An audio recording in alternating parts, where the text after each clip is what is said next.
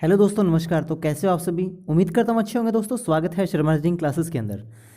दोस्तों, वन रक्षक की तैयारी कर रहे हो, वनपाल की तैयारी कर रहे हो, पटवार की तैयारी कर रहे हो, ग्राम सेवक की तैयारी कर रहे हो, राजस्थान सब इंस्पेक्टर की तैयारी कर रहे हो, इसी तरह की अन्य किसी भी प्रकार की कॉम्पिटिटिव एग्जाम्स की तैयारी कर रहे हो तो आप लोगों के लिए चैनल बहुत ही बेनिफिशियल है। आज की इस वीडियो में दोस्तों मैं आपके साथ इंडिया जीके के एक बहुत ही प्यारे और गारंटी देता हूँ दमदार टॉपिक है, और उस दमदार टॉपिक का नाम भी मैं आपको बता देता हूँ, जिसका नाम है भारत में यूरोपीय कंपनियों का आगमन। काफ़ी खतरनाक टॉपिक है दोस्तों, और काफ़ी बढ़िया टॉपिक भी है, और सभी गवर्नमेंट एग्जाम्स के लिए मैं गारंटी देता हूँ बहुत ही ज़्यादा रामबाण साबित होने वाला टॉपिक है ये, ठीक है ना। बहुत ही ज़्यादा महत्वपूर्ण टॉपिक है, ठीक है। तो इंडिया जीके का हम लोग टॉपिक डिस्कस करेंगे, भारत में यूरोपीय कंपनियों का आगमन, ठीक है।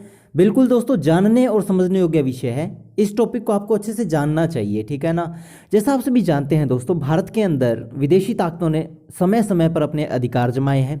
उस समय काफ़ी सारी कंपनियों ने आके अपने इकोनॉमिकल एंड बिजनेस स्टैंडर्ड्स को भी यहाँ पे खड़ा करने की कोशिश की है, ठीक है। तो उसके बारे में हम लोग चर्चा करेंगे। तो चलिए दोस्तों स्टार्ट करते हैं। Are you ready? चलिए, पहला क्वेश्चन है दोस्तों, ध्यान से समझना, विद कॉन्सेप्ट हम बात करेंगे। भारत आने वाले प्रथम यूरोपी कौन से थे? बहुत ही बढ़िया और प्यारा सा क्वेश्चन है। तो भारत आने वाले जो प्रथम यूरोपी थे वो थे दोस्तों पुर्तगाल। कौन से थे? पुर्तगाल थे, ठीक है ना दोस्तों, पुर्तगाल थे, ठीक है। तो पहले नंबर पे अगर यूं पूछे कि सबसे पहले यूरोपी जो यूरोप देश से आए थे भारत के अंदर व्यापार करने के उद्देश्य से, तो वो कौन थे दोस्तों? पुर्तगाल थे, पुर्तगाली थे। तो 20 का क्या हो जाएगा? करेक्ट ऑप्शन हो जाएगा। नेक्स्ट क्वेश्चन है, वास्को डी गामा भारत के किस बंदरगाह पर पहुंचा था? आप सभी को पता है 1498 में वास्को डी गामा भारत आया था 1498 के अंदर, ठीक है ना। और ऐसा ही माना जाता है कि उसी ने ही समुद्री रास्ता जो है भारत आने का वो खोजा था, ठीक है। काफ़ी सारे लोग कहते हैं इंडिया खोजा था। नहीं भाई, इंडिया तो पहले से था, लेकिन उसने समुद्र के रास्ते से इंडिया खोजा था, ठीक है ना। तो ये बात आपको याद रखनी है। तो ये कह रहा है वो किस बंदरगाह पे पहुंचा था? तो सबसे पहले वो पहुंचा था दोस्तों कालीकट बंदरगाह पे। कौन से बंदरगाह पे दोस्तों? कालीकट बंदरगाह पे वो पहुंचा था, ठीक है ना। तो ये क्वेश्चन भी आपको याद रखना है, बहुत ही इंपॉर्टेंट और अच्छा सा क्वेश्चन है। तो सी का क्या हो जाएगा दोस्तों? करेक्ट ऑप्शन हो जाएगा। नेक्स्ट क्वेश्चन है, पुर्तगाली नाविक वास्को डी गामा भारत के कालीकट बंदरगाह पहुंचा था, वो कब पहुंचा था? देखो अभी अभी होने बात की कालीकट बंदरगाह पहुंचा था। अब हम बात कर रहे हैं वो कब पहुंचा था कालीकट बंदरगाह। तो वो पहुंचा था दोस्तों 20 मई 1498। अभी अभी हमने डिस्कस किया। देखो दोस्तों कितने खतरनाक क्वेश्चन लेके आ रहा हूँ।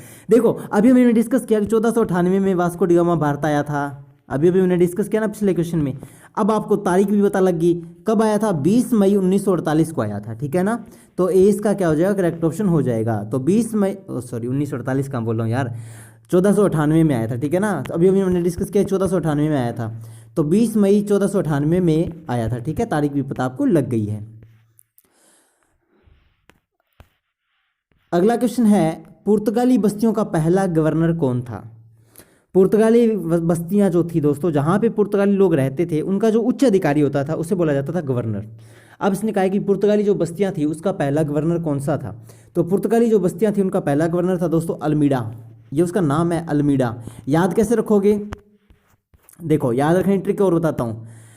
बस्तियां जहाँ होती है वहाँ कमरे होते हैं, कमरों में अलमारी होती है, अलमारी को इंग्लिश में अलमीरा बोलते हैं। तो बस्तियों का पहला गवर्नर अल्मीडा हो गया। हुई ना बात याद? मजा आ गया। ए ऑप्शन क्या हो जाएगा इसका? करेक्ट ऑप्शन हो जाएगा, ठीक है ना। नेक्स्ट क्वेश्चन है, ब्लू वाटर नीति अपनाई गई थी, किसके द्वारा अपनाई गई थी? किसने अपनाई थी ब्लू वाटर नीति? नीला पानी जिसे बोलते हैं। तो ब्लू वाटर नीति जो है दोस्तों अपनाई गई थी अल्मीडा के द्वारा। अल्मीडा ने अपनाई थी। और अल्मीडा भी अभी हमने डिस्कस किया कौन था। देखो एक दूसरे से रिलेटेड क्वेश्चन है आज के। गवर्नर था जी। किसका गवर्नर था? पुर्तगालियों की बस्ती का गवर्नर था। तो एक क्वेश्चन से कितना सारे कॉन्सेप्ट निकल के आ रहे हैं, आ रही है बात समझ में? तो 20 का क्या हो जाए दोस्तों? करेक्ट ऑप्शन हो जाएगा। नेक्स्ट क्वेश्चन है, भारत में पुर्तगाली शक्ति का वास्तविक संस्थापक कौन था? तो भारत में पुर्तगाली शक्ति का वास्तविक जो संस्थापक था दोस्तों वो था अल्बुकर्क। क्या था दोस्तों? याद रखिएगा नाम को। अल्बुकर्क जो था वो भारत में पुर्तगाली शक्ति का वास्तविक संस्थापक था।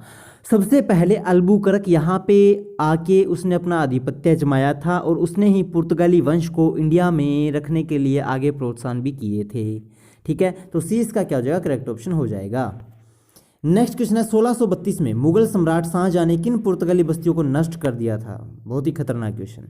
1632 में मुगल सम्राट शाहजहां, जानते हो शाहजहां को, तो ने किन पुर्तगाली बस्तियों को नष्ट कर दिया था? तो उन्होंने दोस्तों नष्ट किया था हुगली की, जो हुगली नदी के किनारे जो बसी हुई थी ना, उसको उन्होंने नष्ट किया था। तो हुगली की जो बस्तियां थी, जो पुर्तगाली बस्तियां थी, जहाँ पे पुर्तगाली लोग अपने घर बनाकर रहते थे, आवास में रहते थे, उनको उन्होंने 1632 में सम्राट शाहजहां ने युद्ध के दौरान नष्ट कर दिया था। तो सी इसका क्या हो जाएगा, करेक्ट ऑप्शन हो जाएगा।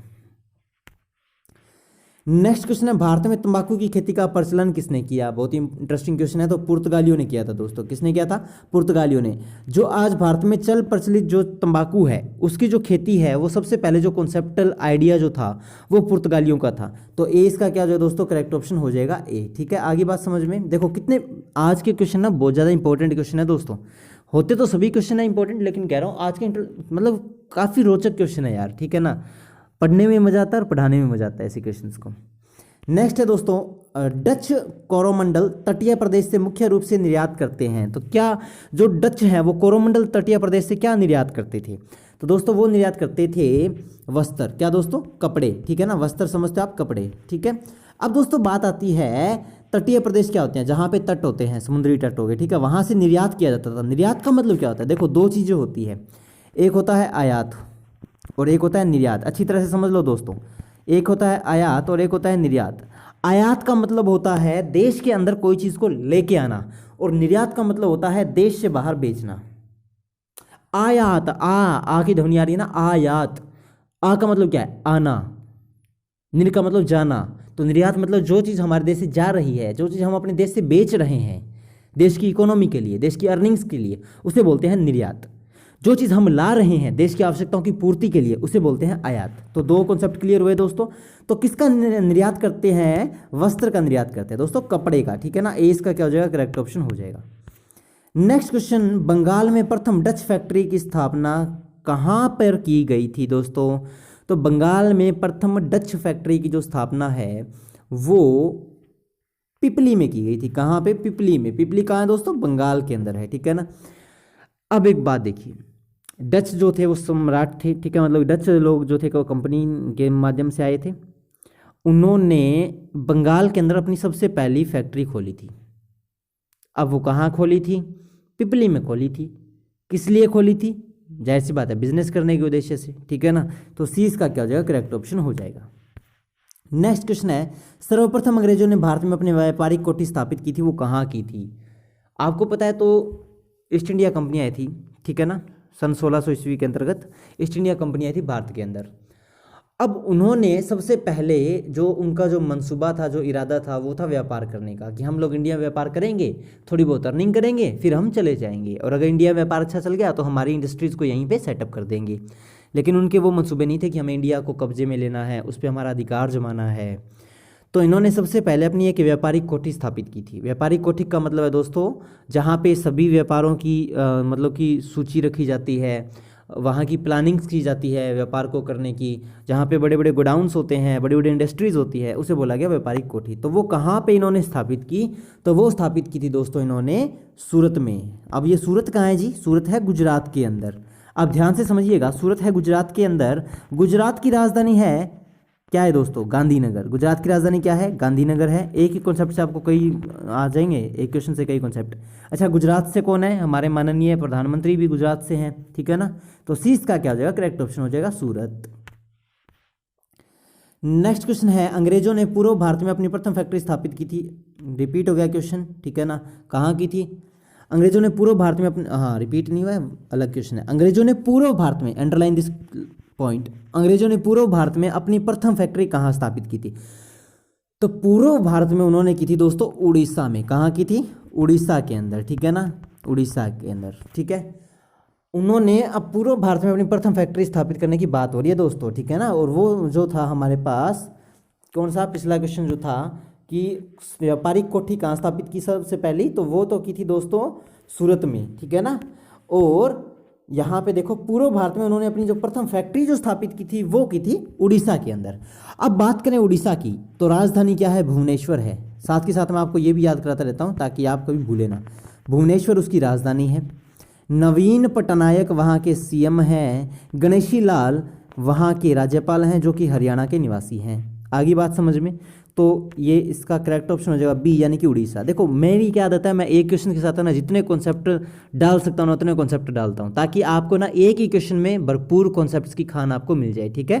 तो बी इसका क्या दोस्तों करेक्ट ऑप्शन हो जाएगा। नेक्स्ट क्वेश्चन है, बंगाल के किस बंदरगाह को पुर्तगाली पोर्टो ग्रांडे या महान मंदिर का कहते थे, महान का मंदिर कहते थे। तो पुर्तगाली जो थे ना वो दो वर्ड यूज करते थे, या तो कहते थे महान का मंदिर, उनका कोई लोक देवता था महान, उनका मंदिर, या कहते थे पोर्टो ग्रांडे। पोर्टो ग्रांडे मतलब था महान का मंदिर, ठीक है ना। तो वो किस बंदरगाह को कहते थे, तो वो कहते थे दोस्तों चटगांव बंदरगाह को।